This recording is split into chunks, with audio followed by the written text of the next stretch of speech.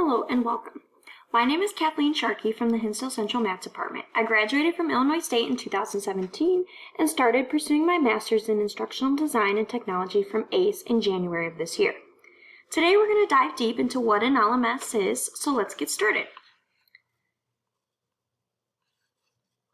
What is an LMS? LMS stands for a Learning Management System. According to ACE in 2020, it is used as a course shell for e-learning, blended learning, flipped classrooms, and training sessions.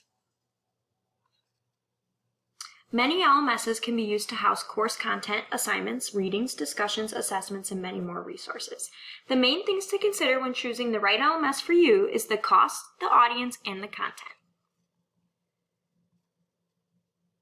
Today we're going to discuss 3 different learning management systems. Within each system, we're going to hear a description of each, discuss their strengths and weaknesses, and determine which learning environment is an appropriate match.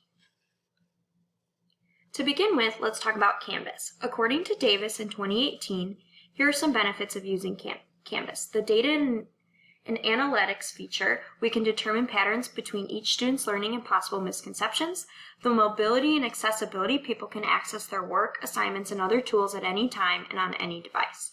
Personalization, teachers are able to adapt lessons and quizzes to fit the needs of their students. It's very easy to create modifications and accommodations.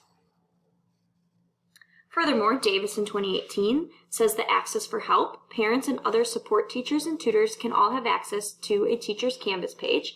Parents can receive notifications, they can download the app and see exactly what their students are seeing. There's consistency for students. Canvas Calendar allows for everything to be all in one place, all at one time. Everything important is listed there for all of their classes. And finally, the collaboration and communication tools. All of this is embedded into Canvas and can allow for others to revisit this at any time. There are some disadvantages to using Canvas. The cost, it can be a heavy price. I know my district currently pays around $42,000 a year for Canvas. The constant training, there are always new updates and features.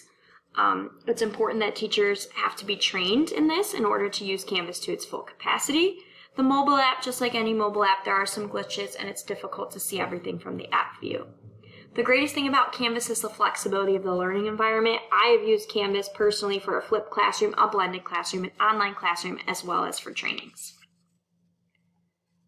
The next one we're going to talk about is Schoology. According to iStems in 2020, there are 3 main benefits of using Schoology. One is the organization. Teachers can create folders for quarters, topics, and put folders within folders. This makes it easy for students to access important information. Secondly, assessments. Teachers can add photos, video links, and much more. You can have multiple correct answers. You can randomize student answer choices. You can allow for partial credit. You can add time limits for each questions. You can scramble them up. Furthermore, you can also align each question with the learning objective. Resources is the last benefit of using Schoology. In the YouTube video clip I watched, she describes that you can save everything to the resources. You can reuse it every year, you can share it with others, so you can take another teacher's resource and make it your own, and all of those great things. Byron in 2013 describes there are some disadvantages.